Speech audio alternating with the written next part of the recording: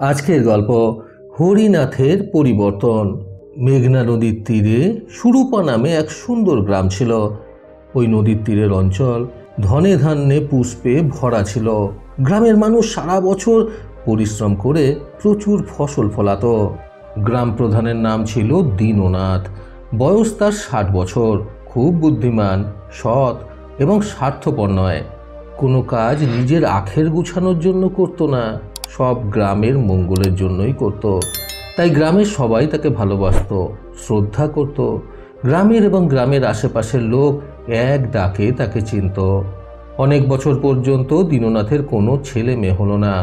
হয় না শেষে 50 বছর বয়সে তার একটা ছেলে হলো।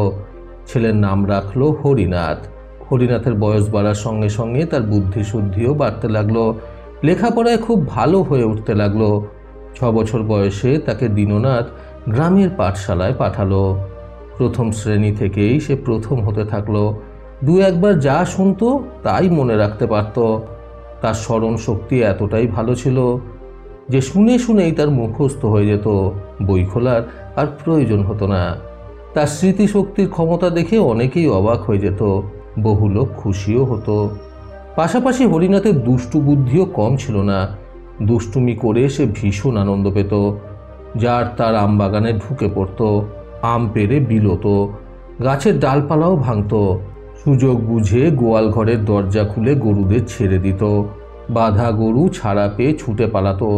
ফলে যাদের গরু তারা হয়রানি হয়ে গরু খুঁজে বেড়াতো। হরিনাথের জ্বালায় গ্রামের গাছে পাখি বসতে পারত না। গুলতি দিয়ে সে বহু পাখি মেরে ফেলেছিল। বহু পাখির নীড় ভেঙে নষ্ট করে দিয়েছিল। আগে গ্রামের দিঘির পাড়ে হলুদ রঙের বহু পাখি সারাদিন কিচিরমিচির করত, মনের আনন্দে ঘোরাঘুরি করত। কিন্তু হরিনাথকে দেখলেই ওরা ঝাঁকে ঝাঁকে পালাতো। ওই হলুদ রঙের পাখি ধরে যারা বিক্রি করে সংসার চালাতো তাদের মহা বিপদে পড়তে হয়েছিল। তাদের রোজগারের পথ একেবারে বন্ধ হয়ে গেল। শুধু তাই নয়, অতগুলো নানান রঙের পাখি থাকাতে গ্রামের সৌন্দর্য বৃদ্ধি পেত। কিন্তু হরিনাথের জ্বালায় গ্রামে পাখি রইল না। গ্রামের মনোরম শোভা, মধুর কলরব লুপ্ত হলো। একদিন হরিনাথ পাখির নীড় ভাঙার জন্য এক উঁচু তাল গাছে উঠল। অত উঁচু তাল গাছে উঠে পাখির বাসায় তাল পাতা সরিয়ে হাত দিতে না দিতেই ফোঁস করে একটা আওয়াজ হলো। পরক্ষণেই বিরাট এক সাপ নীড় থেকে মাথা তুলে হরিনাথকে ছোবল মারল। সঙ্গে সঙ্গে সাপের বিষ হরিনাথের সর্বাঙ্গে ছড়িয়ে পড়ল। সে অজ্ঞান হয়ে অত উঁচু থেকে মাটিতে পড়ে গেল। কিন্তু নিচে খুব কাদা থাকায় তার হাড়গোড় তত ভেঙে যায়নি, তবে পায়ের একটি হাড় ভেঙে গিয়েছিল। গ্রামের ওঝা তৎক্ষণাৎ ভীষণ চেষ্টা করে বিষ নামালো। এই ঘটনার বহুদিন পরে হরিনাথের পায়ের হাড়ে জোড়া লেগেছিল। হরিনাথের গাছ থেকে পড়ায় দীননাথ অনেক চেষ্টা করেছিল ছেলের দুষ্টুমি কমাবার জন্য। গালাগাল দিল, মারল, খেতে দিল না। কিন্তু এত করেও কিছুতেই হরিনাথ শোধরালো না। গাছ থেকে পড়ার পর দীননাথ ভেবেছিল ছেলে এবার শুধরে যাবে, কিন্তু কার্যত তা হলো না। হরিনাথের সব দুষ্টুমি লোপ পেলেও তার গাছ থেকে পাখির নীড় ভাঙার অভ্যাসটা গেল না। একদিন হরিনাথের জ্যাঠামশাই তাদের বাড়িতে এসে তাকে বলল, হ্যাঁ রে, তুই এত নিষ্ঠুর হয়ে গেছিস কেন? পাখিদের ডিম নষ্ট করিস, বাচ্চা মেরে ফেলিস, ওরা কষ্ট পায় না? ওরা তো তোকে অভিশাপ দেয়। হরিনাথ তখন বলল, না জ্যাঠামশাই, আমি তো ডিম নষ্ট করি না, ডিম নিয়ে শুধু খেলি।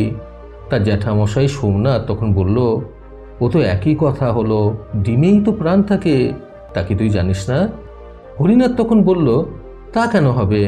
ওই গোল গোল জিনিসে কি আর প্রাণ থাকে? ওগুলো নিয়ে তো পাখিরা খেলা করে। আমরা তো হাঁস মুরগির ডিম খাই, তাতে প্রাণ থাকে না। খেতে পারি, খেলতে পারি না, কোনোটাতেই প্রাণ থাকে না। সোমনাথ তখন বলল, ওরে না রে পাগল, ওতে প্রাণ থাকে। হরিনাথ বলল, না থাকে না, প্রাণ থাকলে নড়তো, শব্দ হতো। আমরা যে গুলি চুন্নি খেলি তাতে যেমন প্রাণ থাকে না, পাখির ডিমেও তেমনই প্রাণ থাকে না।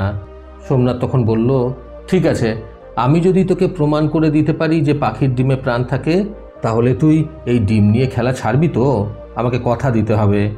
হরিনাথ বলল, ঠিক আছে, আগে প্রমাণ করো, তারপর ছেড়ে দেব। সোমনাথ তখন বলল, আজ বিকেলেই আমি প্রমাণ করে দেব তবে কাল থেকে কিন্তু তোমার আর এসব দুষ্টুমি করা চলবে না, কথা দিচ্ছ তো? হরিনাথ বলল, ঠিক আছে, কথা দিলাম। তার জ্যাঠামশাই সোমনাথ জাদু জানে, তার পক্ষে ডিম নাড়ানো এমন কিছুই নয়। ওই হলুদ পাখির একটি ডিম জোগাড় করে তাতে একটি ছোট্ট ফুটো করে ভিতরে সমস্ত পদার্থ বের করে দিল। ভালো করে ডিমের ভেতরটা ধুয়ে খোলটা শুকিয়ে নিল। তারপর ওই খোলসের ভেতরে একটি পোকা ঢুকিয়ে তার যাতে দম বন্ধ হয়ে না যায় তার জন্য ক্ষুদ্রাতেই ক্ষুদ্র ছিদ্র রেখে ডিমের ফুটোটি বন্ধ করে দিল। তারপর বিকেলে হরিনাথকে ডেকে সোমনাথ ওই পোকা ভরা ডিমটি তার সামনে টেবিলের ওপরে রাখল। কিছুক্ষণ পরেই ডিম গড়াতে লাগলো। সোমনাথ তখন বলল, দেখলে তো, ডিমে প্রাণ না থাকলে কি আর নড়ে? চোখের সামনে যা দেখছিল হরিনাথ তা অস্বীকার করবে কি করে? টেবিলের ওপরে ডিমটাকে গড়াতে দেখে হরিনাথ অবাক হয়ে ভাবছিল। তার মন বেদনায় ভরে গেল। মনে মনে সে প্রতিজ্ঞা করল, এ কাজ আর কোনো দিন সে করবে না। তারপর থেকে হরিনাথ একেবারে বদলে গেল। আর কোনো দিন নীড় ভেঙে ডিম পেড়ে খেলা করল না। গ্রামের সবাই খুব খুশি হলো। পরবর্তীকালে হরিনাথ লেখাপড়ায় অনেক ভালো হয়ে গ্রামের মুখ উজ্জ্বল করল।